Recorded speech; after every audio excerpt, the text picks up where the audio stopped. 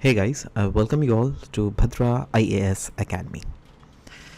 आज के इस सेशन में हम लोग बात करने वाले हैं आसाम के रूरल एरिया के डेवलपमेंट के बारे में। एक बहुत खूबसूरत आर्टिकल आया था आसाम ट्रिब्यून में। इस ट्रिब्यून के आर्टिकल को मैंने बहुत अच्छे से सब डिवाइड किया है इनटू वेरियस पार्ट्स एंड सब पार्ट्स, जिससे आपको एक एक एस्पेक्ट ऑफ इस पूरा इशू को समझ में आएगा, है ना। तो चलिए शुरुआत करते हैं। नाउ इस आर्टिकल को जैसे कि मैंने बोला दैट आई हैव सब डिवाइडेड इनटू दीज वेरियस सब पार्ट्स, जिसमें सबसे पहले तो हम लोग बात करेंगे rural development. That is world bank ने रूरल डेवलपमेंट को डिफाइन कैसे किया है, राइट।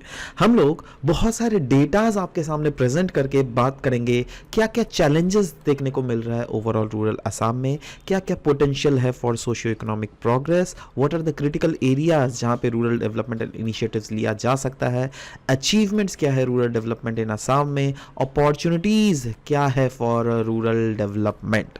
तो चलिए एक एक करके हर एक एस्पेक्ट्स को डील करते हैं। सबसे पहले हम लोग बात करेंगे रूरल डेवलपमेंट। इसका डेफिनेशन वर्ल्ड बैंक क्या बोलता है? वर्ल्ड बैंक बोलता है एक ऐसा कोई भी अगर आप स्ट्रैटेजीज अपने देश में अपना रहे हो जिससे जो रूरल एरियाज में जो पुअर पॉपुलेशंस है उनके इकोनॉमिक और उनके सोशल लिविंग कंडीशंस में अगर प्रोग्रेस हो रही है, अगर इंप्रूवमेंट आ रही है, this is called rural development. Now Assam के अगर कॉन्टेक्स्ट में देख लीजिएगा, यस, मेजॉरिटी असम का जो पॉपुलेशन है ये रिसाइड करता है रूरल एरियाज, और ये भी मैं आपको डेटा के साथ ही दिखाऊंगा। अगर 2011 का सेंसस ऑफ इंडिया का डेटा अगर उठा लेते हैं तो उसमें क्लियरली मेंशन है दैट ओवरऑल रूरल पॉपुलेशन जो है 86% है असम में। मतलब अगर 100 लोग अगर असम में रह रहे हैं तो उसमें 86 लोग जो है वो रूरल एरियाज में रह रहे हैं, और अर्बन एरियाज में 14% है ना। ये डेटा जो है ये 2011 में लास्ट सेंसस कंडक्ट किया गया था, अभी 2025 चल रहा है। Of course the data might be changing, right, but हाँ परसेंटेज टर्म्स में अगर देख लीजिएगा ज्यादा चेंजेस नहीं आएंगे। मैक्सिमम ये 14 से शायद 16-17 हो गया होगा, right. So this is how the overall categorization of rural as well as urban population that exists in Assam. Now challenges क्या है रूरल असम में? मेनली देखो अलग अलग चैलेंजेस है। These are the very common challenges, probably you might have known earlier as well. Infrastructure, that is connectivity ही बहुत सारे रीजन्स का तो प्रॉपर्ली कनेक्टिविटी नहीं है। टेक्नोलॉजिकल इंटरवेंशन अगर रूरल एरियाज में देख लीजिए बहुत लिमिटेड है ना। क्यों? इसी के कारण ही तो हम लोग एग्रीकल्चर और रूरल इंडस्ट्रीज में टेक्नोलॉजिकल इंप्रूवमेंट नहीं होने के कारण ये रीजन्स और भी पीछे हैं। पॉवर्टी कहीं ना कहीं एक बहुत बड़ा इशू है जो क्या ऑफ कोर्स हम लोग को रूरल एरियाज में देखने को मिलता है। और ये क्यों होता है? क्योंकि रूरल एरियाज में इकोनॉमिक अपॉर्चुनिटीज ही नहीं है ना। तो पॉवर्टी तो आना ही है ना। Restricted access to education and health care. अब ऐसा भी नहीं है दैट गवर्नमेंट ने वहां पर स्कूल्स नहीं बनाया, गवर्नमेंट ने वहां पे अस्पताल नहीं बनाया, बट स्कूल्स में अच्छे अच्छे टीचर्स जाना ही नहीं चाहते है ना। और हॉस्पिटल्स में अच्छे अच्छे डॉक्टर्स वहां पे क्यों रहेंगे? वो लोग शहरों में आके अपना क्लिनिक खोल के ज्यादा पैसे कमाते हैं, राइट। तो गवर्नमेंट को कहीं ना कहीं इस टाइप से अपॉर्चुनिटीज प्रोवाइड करवानी पड़ेंगी, राइट। लिमिटेड क्वालिटी एजुकेशन और हेल्थ केयर फैसिलिटीज हम लोग को देखने को मिलता है रूरल एरियाज में। सोशियो इकोनॉमिक बैरियर्स की अगर बात करें तो सोशल इनइक्वालिटीज और मार्जिनलाइजेशन तो चलता ही है।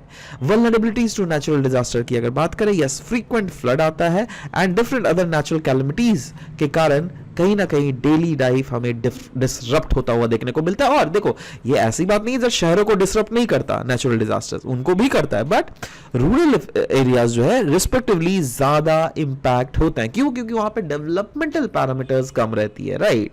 तो इसी अब देख भी रहो यहाँ पे जैसे अगर साइक्लोन के कारण क्या हालत हुआ है, पूरा देखो railways can see that railways का बॉगीज इधर उधर चले गए, राइट। पूरा रेलवे पानी में डूबा हुआ है। So what is this? This is the present day condition of rural Assam, right now। बात करेंगे क्या क्या पोटेंशियल है हमारे असम में सोशल एंगल में प्रोग्रेस लाने का, as well as economic areas में प्रोग्रेस लाने का।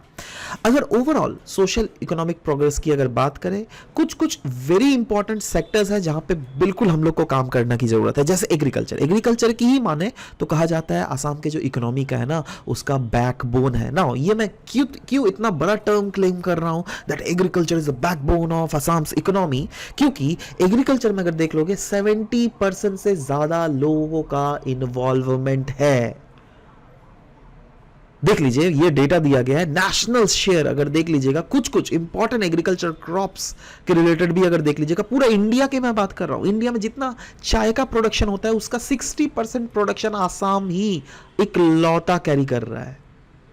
पाइनएप्पल में अगर देख लीजिएगा 18% पूरे इंडिया का प्रोडक्शन आसाम में होता है। एरेका की अगर बात करें 14.8%, jack fruit, ginger, cabbage, inland fish, orange, jute, just see the percentages here, the percentages are given and these are the real time percentages which has been taken by the governmental websites, right? So ये percentage भी बहुत ज़्यादा important है अगर आपको economic, देखो ये GS3 का टॉपिक है, right, development, right, so yes rural development is also lying in that development. So या अगर कुछ कुछ भी पॉइंट्स अगर आपको याद है, जैसे टी, इसका तो याद रहना ही पड़ेगा भाई है ना इसका, और jute, yes is again a very important aspect. Inland fishing, क्योंकि कहीं ना कहीं ये फिशी कल्चर को बहुत ज़्यादा प्रमोशन मिल रहा है, तो ये सब कुछ कुछ डेटाज हैं जो कि आपके दिमाग में आपको रखना ही पड़ेगा, राइट।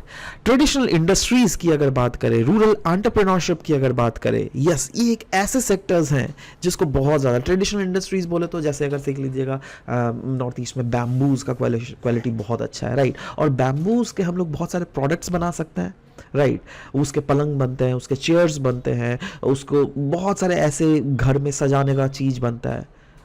क्यों ना उनको हम लोग मार्केटिंग किया जा सके, पूरा इंडिया में ही नहीं पूरा दुनिया में मार्केटिंग किया जा सके, क्योंकि आसाम के बैम्बू का quality is one of the most superb quality in India, right. तो या of course we can promote this, है ना। तो इससे क्या होगा दैट हमारे जो आसाम में ट्रेडिशनल कॉटेज इंडस्ट्रीज है वो प्रमोट होंगी। Sualkuchi is the silk capital hub of कहा जाता है इंडिया, राइट। सो यहाँ पे क्यों ना हम लोग सिल्क को और भी ज़्यादा इस इंडस्ट्री को और भी फॉर्मलाइज करें, है ना।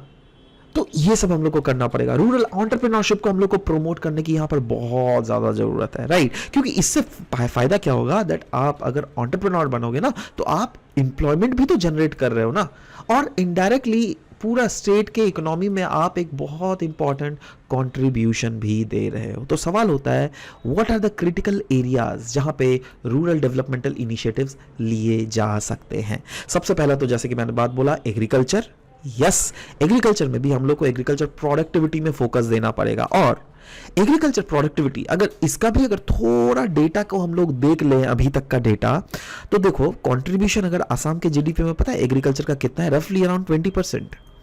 एम्प्लॉयमेंट कितना ज्यादा है इसमें, 61% ऑफ द टोटल पॉपुलेशन। अच्छा ये जो एम्प्लॉयमेंट है ये डायरेक्ट एम्प्लॉयमेंट है, बट डायरेक्ट और इनडायरेक्ट को अगर हम लोग मिला देते हैं ना तो वो तो 70% से भी ज्यादा हो जा रहा है।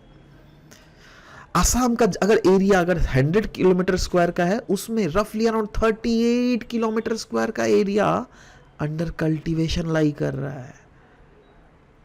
अगर हम लोग मार्जिनल फार्मर्स और स्मॉल फार्मर्स के प्रोपोर्शन देख लें आसाम में, और ये मैं डेटा जो ले रहा हूं ये एग्रीकल्चर सेंसस जो क्या हर 4 साल में निकलता है उसके डेटाज के हिसाब से स्मॉल एंड मार्जिनल फार्मर्स को डिटरमाइन किया जाता है। स्मॉल एंड मार्जिनल फार्मर्स कौन होता है, जिनके पास 2 हेक्टेयर और 1.5 हेक्टेयर से कम लैंड अगर है ना, then you will be coming under this categorization. तो उसमें भी अगर देख लीजिएगा फार्मर्स का प्रोपोर्शन बहुत ज्यादा है, रफली अराउंड देखो 62 और 20%, मतलब रफली अराउंड 85% तो स्मॉल एंड मार्जिनल फार्मर्स ही है। सिर्फ 15% ही ऐसे फार्मर्स हैं जिनके पास जो है रिस्पेक्टिवली ज्यादा लैंड है इनके पास, ठीक है, बट बाकी सब कोई छोटे छोटे हैं, राइट। सो या अब यहाँ पे यही बोला गया है that critical areas of rural development initiative, हम लोग को सबसे इंपॉर्टेंट क्रिटिकल एरिया है वो एग्रीकल्चर। तो एग्रीकल्चर प्रोडक्टिविटी को हम लोग को इन्हांस करने की जरूरत है, और इसके लिए सस्टेनेबल फार्मिंग मेथड्स जैसे आप ले लीजिए नेचुरल फार्मिंग, ऑर्गेनिक फार्मिंग, इन सब चीज़ों को प्रोमोट करने की जरूरत है, क्योंकि एग्रीकल्चर सेक्टर को तो रिवॉल्यूशनाइज करना ही पड़ेगा। इसको अगर रिवॉल्यूशनाइज नहीं करते हो तो majority of Assam population who is involved in this agriculture sector they will be suffering, right. तो पहला तो एरिया हो गया आपका एग्रीकल्चर। दूसरे एरिया में आता है लाइवलीहुड एंड एम्प्लॉयमेंट। देखो लाइवलीहुड एंड एम्प्लॉयमेंट मतलब अरे भाई जिंदा कैसे रहोगे, पैसे नहीं कमाओगे तो पैसे कमाने का एक जरिया भी तो होना चाहिए ना। और उसके लिए आप सोचो, अब हो ही सकता है दैट लोगों के पास उतना स्किल्स नहीं है, राइट। तो क्यों ना हम लोगों को स्किल दे, और इसके लिए स्किल डेवलपमेंट प्रोग्राम्स चलाएगा कौन, मैं, आप, या government of Assam? Exactly, you got the right, it is government of Assam who needs to carry forward this thing, right. और इससे क्या होगा, लॉन्गर रन में अगर देख लोगे एम्प्लॉयमेंट भी क्रिएशन होगा, फोकस होगा on job opportunities for the rural population. Self help group और माइक्रो फाइनेंस को प्रमोट करने की जरूरत है। अब देखो प्रॉब्लम ये है ना, गरीबों को क्रेडिट मिलने में प्रॉब्लम होता है। अब क्योंकि गवर्नमेंट, अब देखो बैंक क्या है ना, बैंक तो डरेगा ना दैट मेरा तो पैसा ये जो गरीब को अगर दूंगा तो वो तो लौटाएगा नहीं। तो इसीलिए अभी एक बहुत अच्छा इनिशिएटिव चलता है दैट कोई भी बैंक जो है ना ज़्यादातर सेल्फ हेल्प ग्रुप या फिर को जो है ना वो लोग को पैसे दे देती है। सेल्फ हेल्प ग्रुप क्या है, जैसे सोचो मैं अकेले अगर बैंक से लेने जाऊंगा, मैं अगर गरीब हूं तो प्रोबेबली मुझे डायरेक्टली पैसे नहीं मिले, बट सेल्फ हेल्प ग्रुप क्या है, एक कम्युनिटी होता है, राइट। 20-40 फैमिली का कम्युनिटी होता है। अब वो क्या कर रहे हैं, वो लोग ग्रुप बना के एक बैनर के नाम पे सेल्फ हेल्प ग्रुप, जैसे से for example ABCD self help group नाम दे दिया, राइट। अब वो जो लोन लिया जाएगा ना वो तो आपको दिया जा रहा है और आप क्योंकि ग्रुप के मेंबर्स हो, right, but you are taking the loan in the name of that ABCD group. समझ लो बात। अब आप अगर लोन को चुकता नहीं करोगे तो बाकी के जो उस ग्रुप के मेंबर्स हैं वो आपके ऊपर प्रेशर डालेंगे, अरे भाई क्यों नहीं लोन चुकता कर रहे हो, आप अगर अभी लोन नहीं दोगे तो बाद में हम लोग को लोन नहीं मिलेगा। समझ लो। So this is a very good concept of self help group. तो वही बोला जाता है, सेल्फ हेल्प ग्रुप को हम लोग को ज्यादा से ज्यादा प्रमोट करवाना पड़ेगा, क्योंकि इससे क्या होता है, इकोनॉमिक सेल्फ रिलायंस तो बढ़ता ही है, बट साथ ही साथ क्योंकि पैसे मिलेंगे तो ऑफकोर्स आप अपने वेंचर्स को क्रिएट कर सकते हो। इनडायरेक्टली रूरल एंटरप्रेन्योरशिप प्रमोट इससे होता है। रूरल इंफ्रास्ट्रक्चर, यस, कनेक्टिविटी की अगर बात करेंगे तो इनको तो हम लोग दे रहे हैं, और सिर्फ कनेक्टिविटी नहीं भाई मेरे, एडुकेशन, हेल्थ, मार्केट, सब कुछ, हर चीज़ों को हम लोग को रूरल लेवल में, ग्राउंड लेवल से अच्छा करना पड़ेगा। ट्रेडिशनल इंडस्ट्रीज की अगर बात करें, yes, whether it be handicraft, whether it be brass metal work, whether it be terracotta, whether it be handloom, anywhere, be keeping, anything, right. If any cultural component is attached to it, then yes, it should be preserved. For example, अगर देख लीजिएगा recently GI tag दिया गया आसाम गामूसा को। किस लिए दिया गया भाई? क्योंकि जिससे the persons, the people who are involved in these kind of handicraft activities, they get promoted. आपने बहुत समय देखा होगा दैट कुछ कुछ सेलिब्रिटीज जो आते हैं ना, they don't take the machine से मैन्युफैक्चर किया हुआ that gamusa. They just simply says that no, I'll wear that gamusa which is handmade or something like that. क्योंकि those are, see, क्या है ना, that मशीन से तो चीज़ें सस्ता हो जाता है ना, क्योंकि आप वॉल्यूम में प्रोडक्शन करते हो, but handmade is handmade, that is kind of NFT, मतलब बोल सकते हैं नॉन फंजेबल टोकन, है ना, क्योंकि वो दुनिया में एक है ना, एक अगर इंसान ने बनाया तो दैट इज एब्सोल्युटली अलग, राइट। सो उसका ऑब्वियस सा बात है, कॉस्ट बढ़ जाएगा, राइट। और yes, people are promoting it, right, so that those workers who are directly involved in it, they get some sort of employment, right? So ये चीज़ है। sustainable livelihood, generate income and promote cultural heritage, yes, यही सब चीज़ें बोली जा रही है। women, marginalized group और indigenous communities को हम लोग को फोकस करने की जरूरत है। women, marginalized and indigenous community, देखो क्या है ना, they are the one who are very vulnerable, right. तो इन लोग को अगर हम लोग एडुकेशन, इन लोग को अगर हम लोग स्किल, इन लोग को अगर हम लोग लोन प्रोवाइड करें, जिससे क्या एंटरप्रेन्योरशिप को प्रमोशन मिलेगा, तो इससे तो अच्छा ही होगा ना यार। एंटरप्रेन्योरशिप प्रमोट होने से देखो, इंसान सरकारी जॉब के पीछे, आप लोग जो ये लोग वीडियोस देख रहे हो, ऑफ कोर्स आप, मुझे पता है दैट आप लोग सरकारी जॉब के पीछे ही भाग रहे हो, राइट। बट देखो, अब of course probably you don't have that risk taking capabilities, right? So that's why you are going behind a service or job. But the people who has these kind of risk taking abilities, then they should come forward. इसी को तो बोला जाता है entrepreneurship, right. Entrepreneurship अगर promote होगा तो yes, दूसरे लोगों को भी जॉब मिलेगा, राइट। तो इन सब चीज़ों को कहीं ना कहीं फोकस करने की बहुत ज़्यादा ज़रूरत है। नाउ हम लोग देखेंगे कि क्या क्या अभी तक का अचीवमेंट है in rural development in Assam. अगर देख लीजिएगा रूरल डेवलपमेंट इन असम में, यस, इकोनॉमिकली अगर देख लीजिएगा, यस, कहीं ना कहीं रूरल पर कैपिटा एक्सपेंडिचर तो बढ़ा है, क्योंकि लोग ऑफ कोर्स अमीर हो रहे हैं। आपके पास अगर डिस्पोजेबल इनकम आएगा तो आप इनकम खर्चा करोगे, और वही बोला गया पर कैपिटा में एक्सपेंडिचर जो है वो 2012 से लेकर 2023 अराउंड 10-11 साल में 235% तक बढ़ा है। मतलब जो 2012 में वो बंदा 100 रुपये खर्च कर पा रहा था, वही आज के समय में 235-236 रुपये खर्च कर पा रहा है, 235 236 रुपीज़ खर्च कर पा रहा है। तो ये क्या हुआ, पर कैपिटा एक्सपेंडिचर बढ़ा है ना। इंफ्रास्ट्रक्चर डेवलपमेंट अगर देख लीजिएगा, यस, नाबार्ड ही नहीं, वेरियस ऑर्गेनाइजेशन, अगर मैं बात करूं जापान के भी JICA, right, they are also coming and they are also investing in north east regions, right. So अपने इन होम तो इन्वेस्टमेंट आ ही रहा है, राइट। अब अगर पूरे नॉर्थ ईस्ट देख लीजिएगा, most of the states are under the special category state, सरकार तो 90% प्रोवाइड करती ही है, राइट। बट एक्स्ट्रा अगर देख लीजिएगा और भी बहुत सारे पैसे एलोकेट किए जाते हैं। जैसे 2021-22 का ही एक डेटा में यहाँ पे इस आर्टिकल में दिया गया था, 1236 करोड़ रुपए एलोकेट किए गए थे रूरल डेवलपमेंट के लिए, जिससे रोड और ब्रिजेस कनेक्टिविटी को प्रमोट किया जा सके।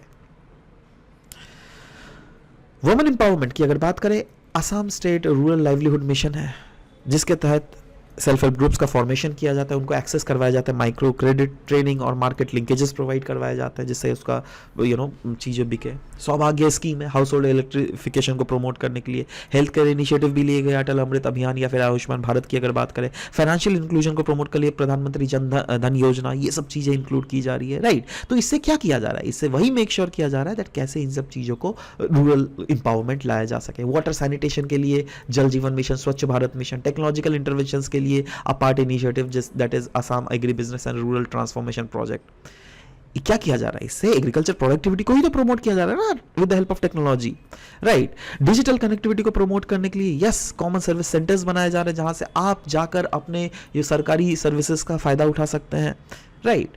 डिजिटल लिटरेसी को प्रमोट किया जा रहा है। आप खुद सोचिए ना, पहले आप देखते थे कितने लोगों के पास मोबाइल रहता था, आज के जमाने में देखिए कितने लोग मोबाइल से देख रहे हैं। हाँ, वो अलग बात है दैट सब कोई मोबाइल का प्रॉपर प्रोडक्टिविटी नहीं कर रहा, सब कोई सिर्फ रील्स, शॉर्ट्स, यही सब देखते रहते हैं। एक्चुअली में इंटरनेट का productivity, people are not having it, right, like the way you are watching these analysis videos, right, इससे आपको सीखने को मिल रहा है ना।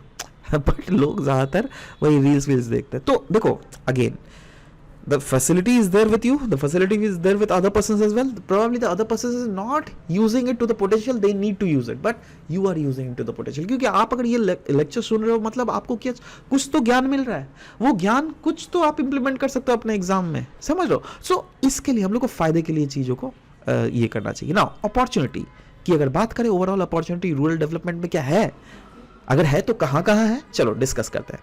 अगेन देखो, यही चैलेंज था, यही अपॉर्चुनिटी भी है, क्योंकि अगर देख लीजिएगा पोटेंशियल है, बहुत ज्यादा है। टी, जैसे आप लोग रिसेंटली शार्क टैंक में आप लोगों ने देखा था, आसाम का एक वुला टी नाम का शिवसागर में जो है वो गए थे और उनको अमन गुप्ता जी से इन्वेस्टमेंट भी मिला था। So what is this, T sector में था ना, एक एरिया था ना जहाँ अब पैसे मिले ना, अब इससे क्या होगा, एम्प्लॉयमेंट और भी जनरेशन होगा, इनका टी ब्रांड जो है और भी ज्यादा प्रॉस्पर करेगा। Horticulture, other agro business industries, हर एक इंडस्ट्री कहीं ना कहीं प्रमोट होगी। फूड प्रोसेसिंग यूनिट्स की अगर बात करें, यस एस्टैब्लिश किया जा रहा है units for processing foods, vegetables and spices, जिससे ऐड किया जा सके value to the agriculture produce.